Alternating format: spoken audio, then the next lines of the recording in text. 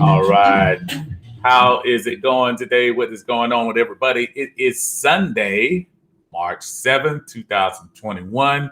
How's it going again today in Atlanta Bird Gaming and also on Steve Sports Talk on YouTube. Please be sure to subscribe if you get a chance to. Kind of a slow week when you think about it. A very slow week. Not a lot of things happening. So I think that's probably a precursor to what's probably going to happen this week. Obviously, the new NFL season officially begins for business March 17th, which means the Atlanta Falcons are one of several teams that need to get their salary cap down to at least the base of the $180 million required by the NFL. So somebody's either got to go or somebody's got to get restructured. But one way or the other, we have a lot of work to do.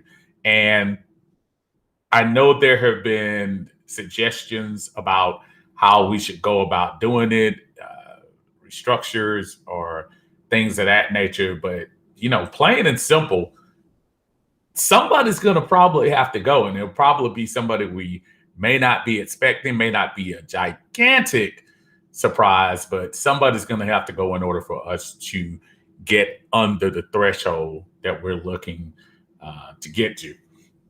I had a chance to look over this time and time again as far as what players are prime candidates for us to make a move to get underneath this salary cap. And as much as you start talking about those people who are eligible for that, let's go ahead and get the folks who probably aren't. Much to the chagrin, I'm sure, of a couple of you folks who love our quarterback with everything we have. Matt Ryan and his salary and his dead cap hit will not be a candidate probably for him to get cut this year. Also keeping in mind that Matt Ryan is only officially on the books until 2024. So if you restructure him again, that is only going to be more money that they will spread out further. And yes, we may not deal with it this year, but eventually we're going to have to deal with it. So I would not count on him being someone to be outright cut at all. That would be kind of foolish. What's going on, Dre? And how you doing, Armani?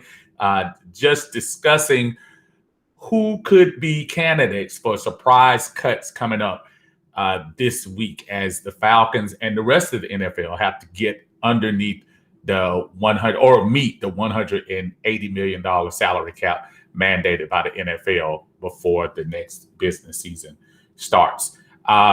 First, I was going over candidates who probably won't be getting outright released. That includes our very popular quarterback, whether it's popular or not, but and Julio Jones. Julio Jones is not going to be one of those candidates to be cut on this team. Again, remembering that even if we were to trade him, we are still on the hook for that space that he's going to take up this year, which would be $38 million in dead cap. All of that money comes to the forefront, and the cap space hit would be way too high. Brother Dre, he says Todd Gurley. Now, Todd Gurley is a free agent. So for all practical purposes, he's actually not counted towards this because he's not on the roster. So that's how you look at that. Amani said the way Terry's letting folks go, man, shoot, as a fan, I'm scared I might get cut. Terry making a lot of front office and personnel changes. Here's the thing, and how you doing, Jermaine? Good to see you too. Here's the thing, Armani, remember, he has no friends. What connection does he have to this franchise? That Terry Fontenot, for all practical purposes, couldn't stand this franchise for the first decade or so of his time in the NFL. So when you're going in there, that's almost kind of the good thing that you have outside eyes coming in to see what's going on, because there are no connections. There are no special buddy things going on. This is strictly business right now. And if the business side of this says this guy has to go for future considerations, then you got to trust that maybe it's time to go. So if anything, it's a good thing that we have Arthur Smith as a head coach and Terry Fontenot, and I'm sure his new staff, his new scouting staff, and people to really assess if we need to hold on to some of these maybe overvalued players, possibly. We look at it, you could look at it like that. I also say, don't be surprised. Don't be surprised if we end up taking an asset that we may have and possibly turning him into a draft pick or two. The only person that comes to my mind just right immediately that may fit in that category is Foye Oluokun. Remember, I'm telling you, and let me make it clear, I don't want to get rid of Foye. Matter of fact, if I had a chance playing Monday morning quarterback, to go back and make sure I give the right money or split the money right down the middle between him and Dion, because Foye had a much better year at linebacker. It's not to say I don't want Dion, but and the reason I mentioned Foye's name, Foye could be somebody that you could trade and possibly get a couple of assets for. Now, this year, Foye is due $2 million. His dead cap hit is only $36,000. So if you were to get rid of him, you're not going to take any hit, and you could possibly be able to turn that into something else. Again, I'm not suggesting this. I was just using him as an example, as folks who may be valuable to some other team, and we could be turning around and saying, hey, let's use that to help rebuild our squad. Just thinking of scenarios, because somehow or another, $20 million not going to show up. Not out of anywhere. Dean, how you doing, buddy? Said Terry bought the big broom in for this clean out. I hope he did. How you doing, Armand? Good to see you today. David said Neesman. Yeah, Neesman, I believe, is Neesman still on the I don't think Neesman is on the cap. I think Neesman is a free agent, if I'm not mistaken. I'm pretty sure. And I'll double check that in a couple of seconds. Vet says, I really believe this time is going to be a new day in the bird nest this year. I hope it is, because all the days we've been having before haven't been that great. Not at all. I hope so. Truly hope so.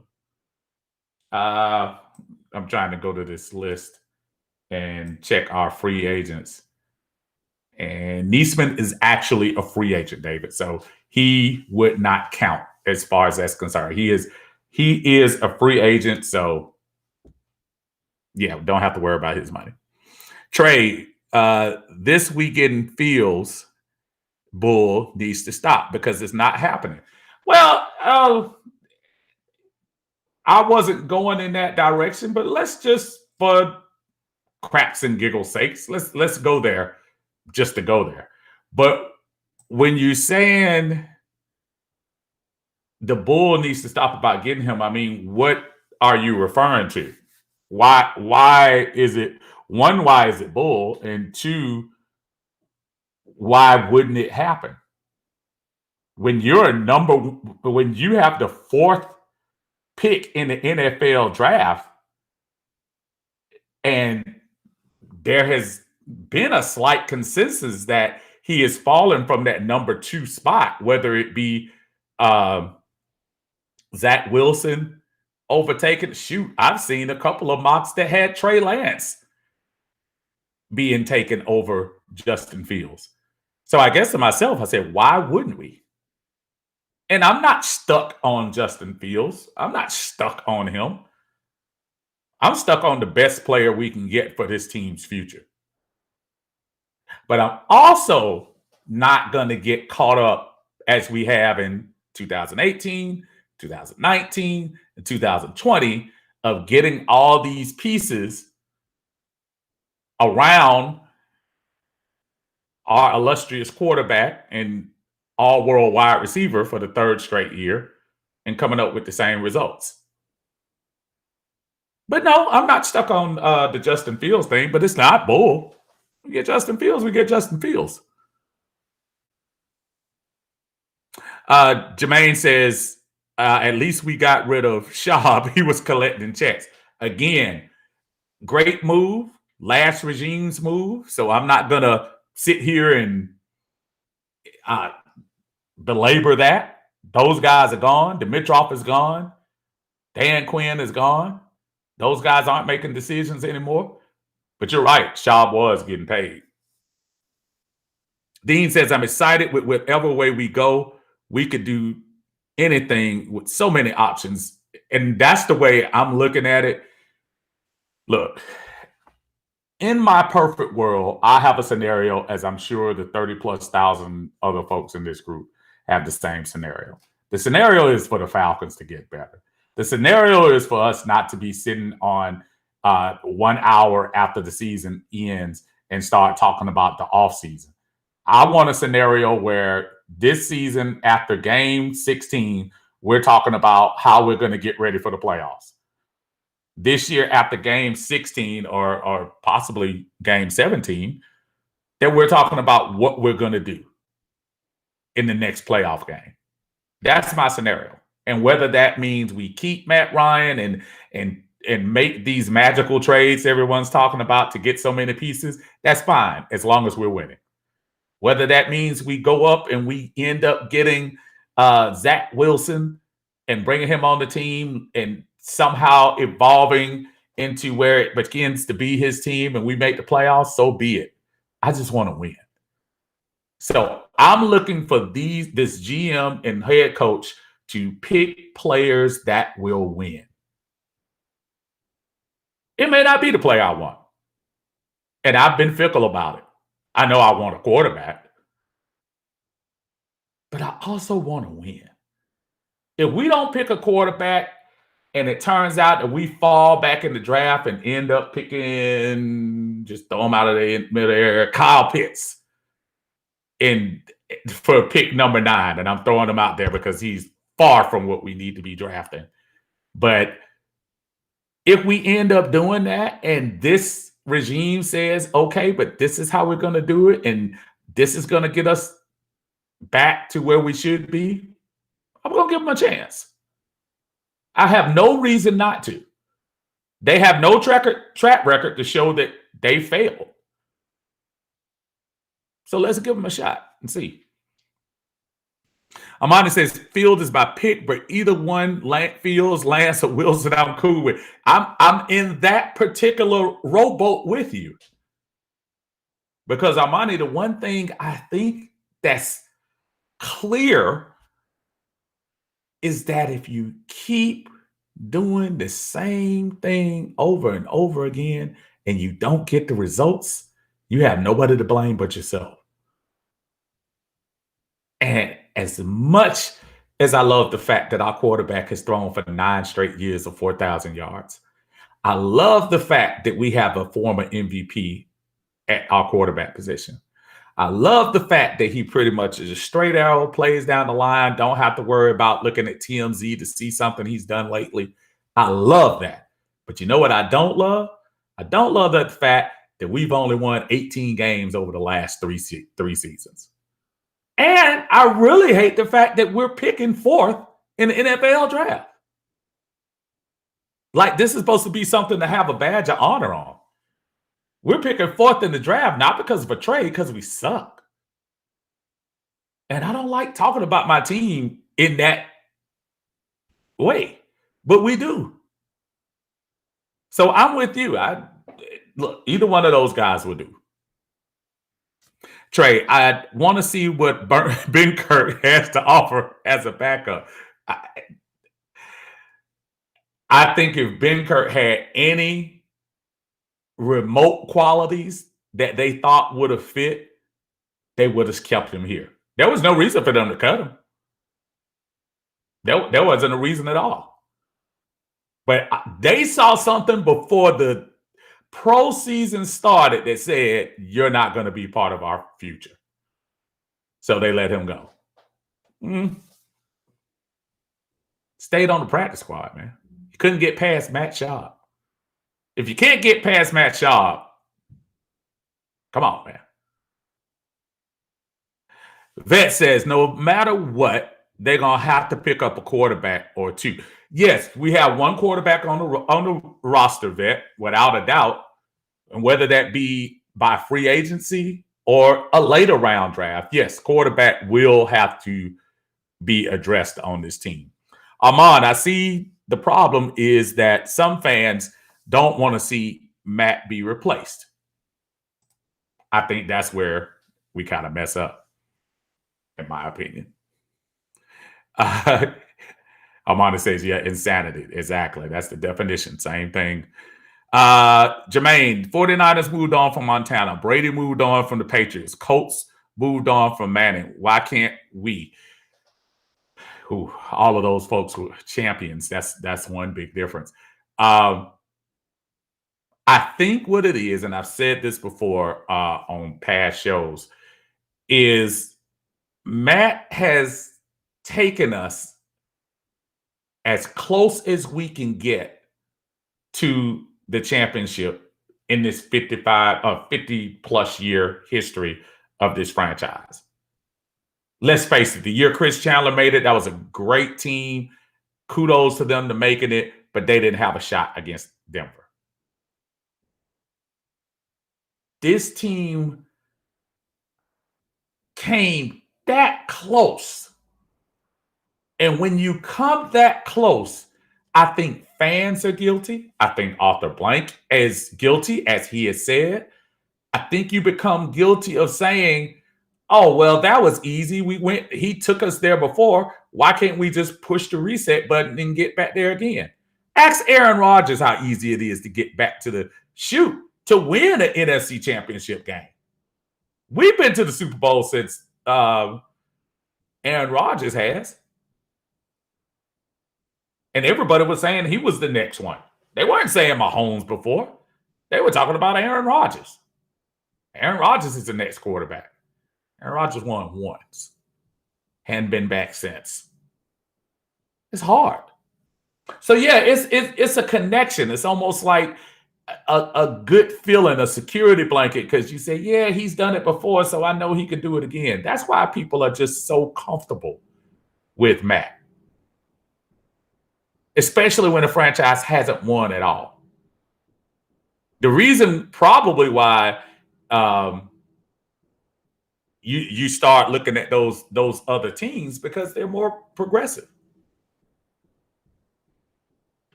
Arthur Blank is loyal to a fault.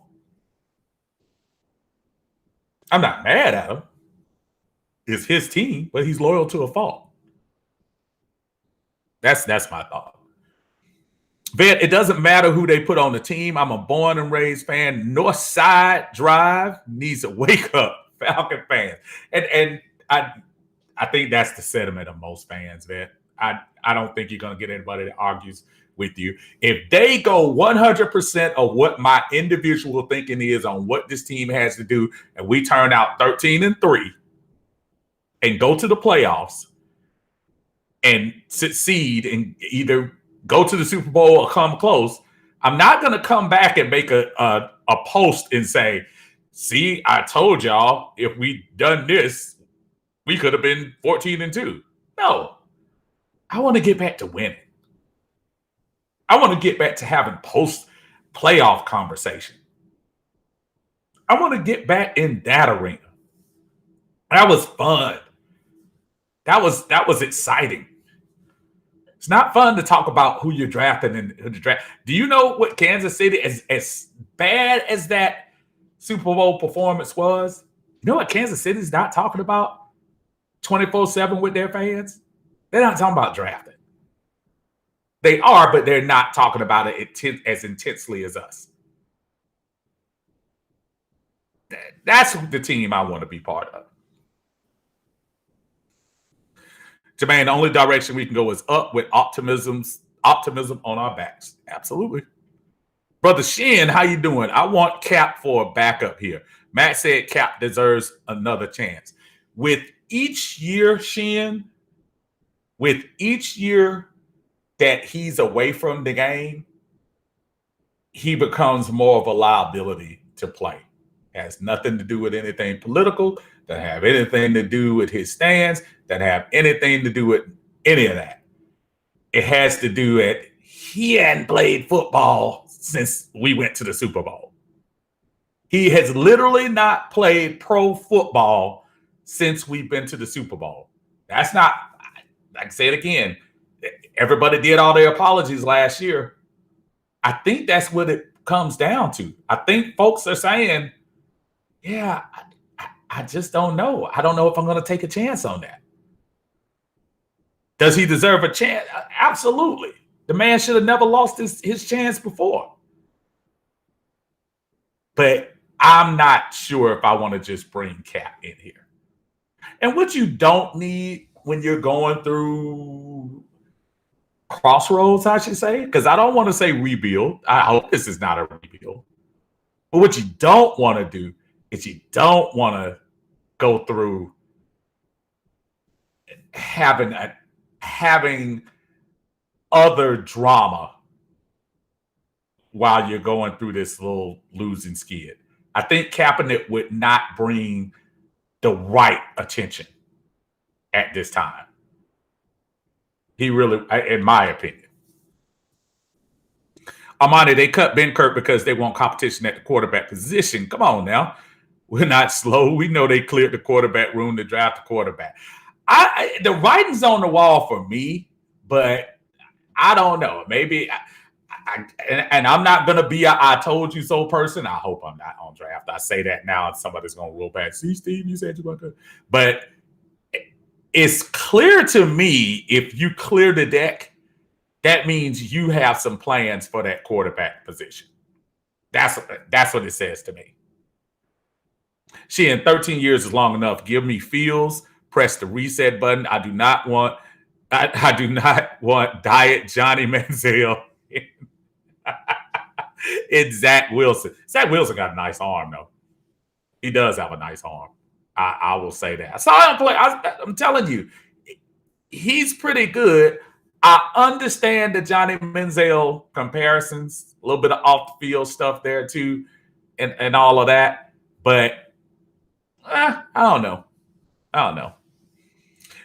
Gregory, what's going on, brother? Say, I'm an Atlanta Falcon fan just as much as Camp Creek is Old National with a fur coat on. Point blank, period. People don't remember Camp Creek. Camp Creek was a little one lane dead spot we used to go through, and they didn't have any street lights. on there, and it wasn't nothing. Well, they still got part of it like that, but Camp Creek was nothing. Now I look over there and see that little, what is it called? Market Square or whatever it is. Brother Twan, how you doing, Sam? I said, I just want us to win, man. I'm tired of losing as many people are. But I feel really good about the staff here now. And it's going to take us 2 to 3 years to actually get to where we can say, hey, this team is great. I'm ready for whatever happens next. Whether we get a quarterback or not, I just want to win. I love that song. I don't know if y'all watch. I know Kenya Barris is having a mixed week this week with the Coming to America stuff. But Kenyon Barris's show, Black AF, that's on Netflix. If you get a chance, man, that show is hilarious to me. But I love the little song, win, win, win, win, win. I had never heard that song before, and forgive me, because I know if you could judge by the gray on my beard, rap to me is Salt and Pepper, KRS-One, Run DMC, LL Cool J, Kool Moe Dee. That's my age of rap, as opposed to some of the new guys. But I hear that song and I just think about everything you said as I was reading that, Twan. That theme song from Black AF is going on in my background. Win, win, win, win, win. All I do is win. And I love that. But you're right. It's all about winning at this point. I really don't care how you do it. Will I be disappointed if we don't get a quarterback? Probably. If we mess around and get the number 4 pick, and they say the number 4 pick from Florida, Kyle Pitts, absolutely I will not be happy. But if you fast forward 10 months and we're in the playoff picture, strongly in the playoff picture and making the right move up, I'll give him a chance. And I'm gonna give this regime a chance. I'm not gonna be like, so listen. As much as I'm seeing some of these posts now, and we're being critical of these folks, and they have yet to make any super significant moves.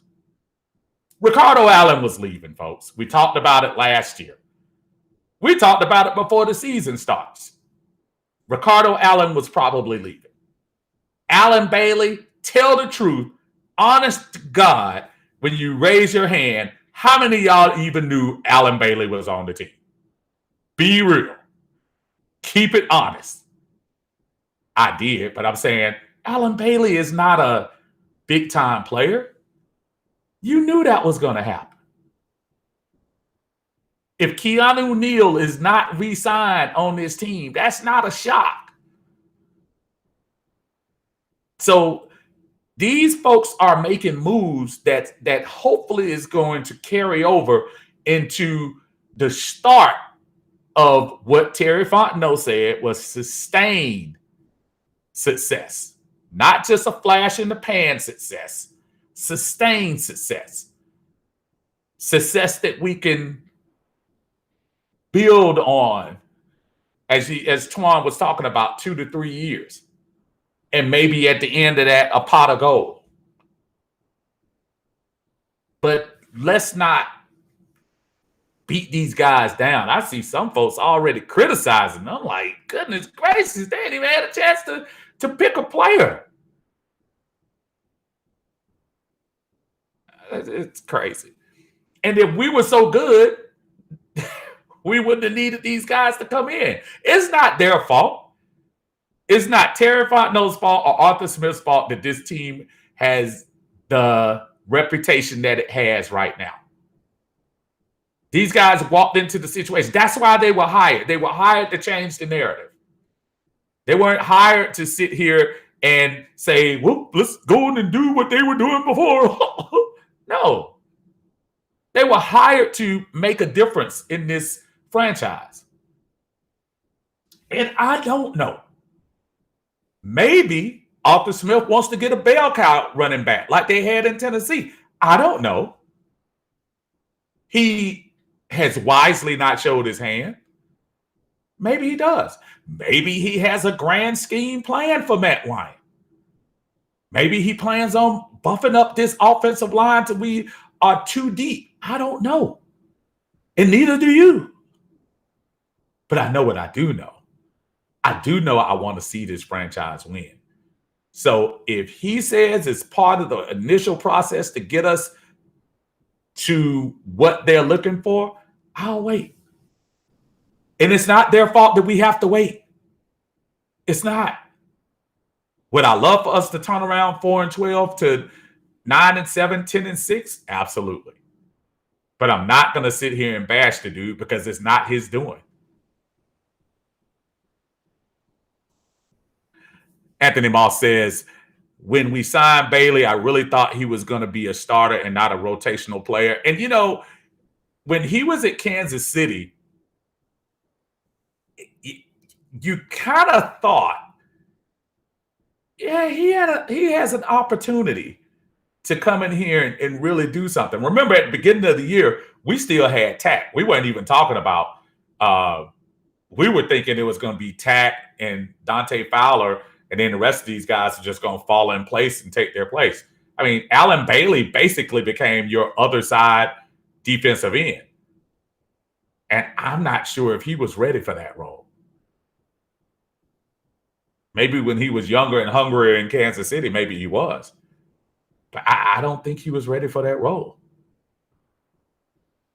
Joy says, if we still had Thomas Dimitroff and company calling shots, I would be worried. But I'm excited to see what this new staff has in store for this organization. I like change. I don't like change just to say we've changed. I like change when you see something getting stale. What do you do when you have bread? And y'all know y'all do it. Please don't try to act like some of y'all are too high and mighty. When y'all see bread and the expiration date is 2 days away and you only see 3 pieces of bread in there and you know you're not going to eat that bread, what do? Y'all throw it away because you say to yourself, okay, instead of sitting here waiting until the expiration date, waiting until I know it's stale, let me make a move now. The Falcons were guilty of letting the bread sit in there and mold. If they had done, and I say this for anybody who wants to listen, had we made this Dan Quinn move last year, 2019 year, when we were 1-7 going into the break, instead of trying to wait for him to rah-rah himself back to a 6-2 comeback, had we made that move that year, this would be our turnaround year. This would be the year that we would be in high competitive nature. A lot of us, including myself, after the 6-2 rebound in 2019, were saying, okay, that's something to build on. Let's go. And it just got worse. So that was 3 straight years where Dan Quinn, not only were you not starting the year, not ending the year right, now you're at a point where you can't even start the year right. Kept the bread in there too long. Let it mold. Not good. Brother Sean says, they are here for a reason. Cut the fat and make the changes. Let's do it. Rise up. I'm down. Cut the fat. Cut the fat. Vet, I got a laughter for you. I want Arthur Smith to come on the field looking like Jerry Glanville with that cowboy hat on and boots with the spurs on them, walking up and down the sidelines like Fulton County Stadium days, making the players say, hold on, let me push it. Making the players say, I love your Falcons, Leo. Listen, even when Jerry Glanville, look, the too legit to quit year, Jerry Glanville was the toast of the town. And it was all fun and games when you're winning. It's all fun when you're winning.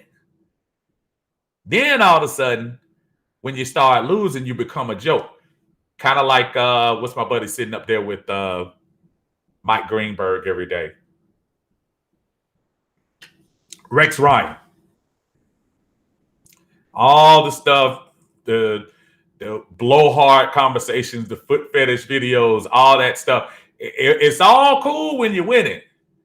But then when you start losing, it's not quite as funny anymore. Hey, gotta do what you gotta do. Gregory, if people pay attention to what Fontenot and Smith said, they want immediate future results.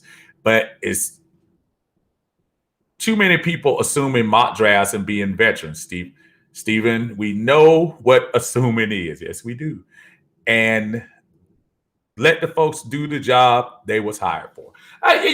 Listen, when you get a platform like this, and I'm real careful about that, because there are people that come on and say, this big head dude with the glasses come over here and give his opinions every week and stuff. He's full of crap. He's whatever. And that's fine. The one thing I will say is we all are going to have different ways to get there. The one thing I do see for the most part is I see that people want us to win. You do have a couple of trolls. We probably do have a few infiltrator folks in here that are probably not true Atlanta fans that, just stir the pot to stir the pot.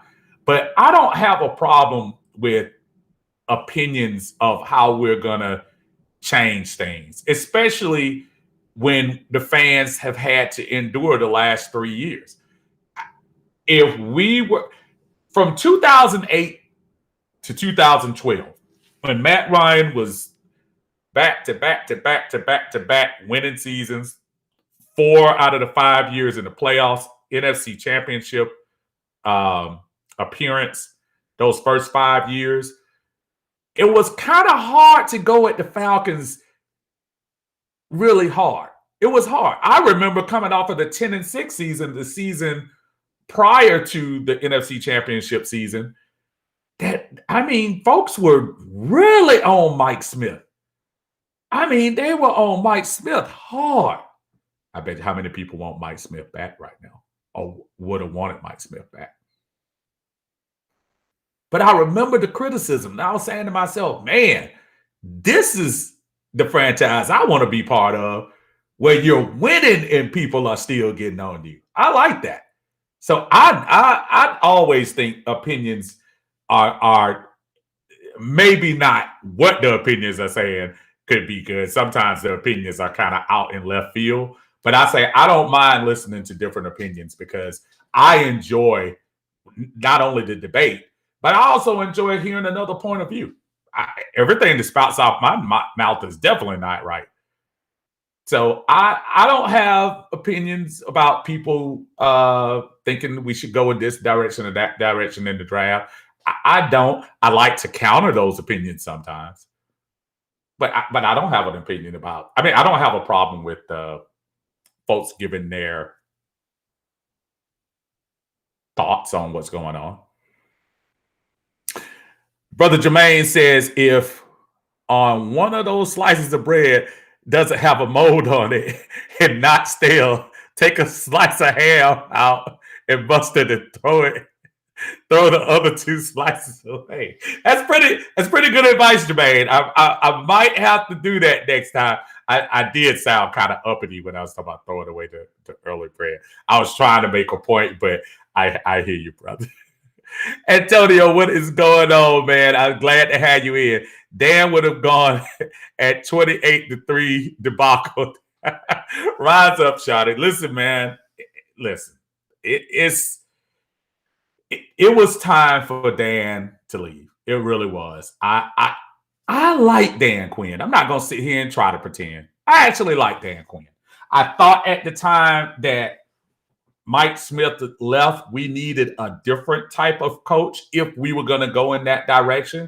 Mike Smith was pretty stoic. You used to see him get red and hot on that sidelines, but we needed a different type of coach at that time. And let's keep it real. Between 2015 and 2017, we got that coach. The 8-8 season, that was going up from 6-10. So you can't argue with that. Then when the next season, obviously the Super Bowl, the next season, one step from the NFC Championship game for 2 years in a row. Great. But I think what we discovered in the last 3 years, that it might not have been Dan Quinn that was the key to our success. That guy out in Santa Clara might have held the key to that a little bit more than Dan Quinn. But give Dan Quinn credit for hiring the right guy. I don't have a lot of hate for Dan Quinn. I hated that he didn't have more success. But if I saw Dan Quinn right now in a bar, I'd buy him a beer.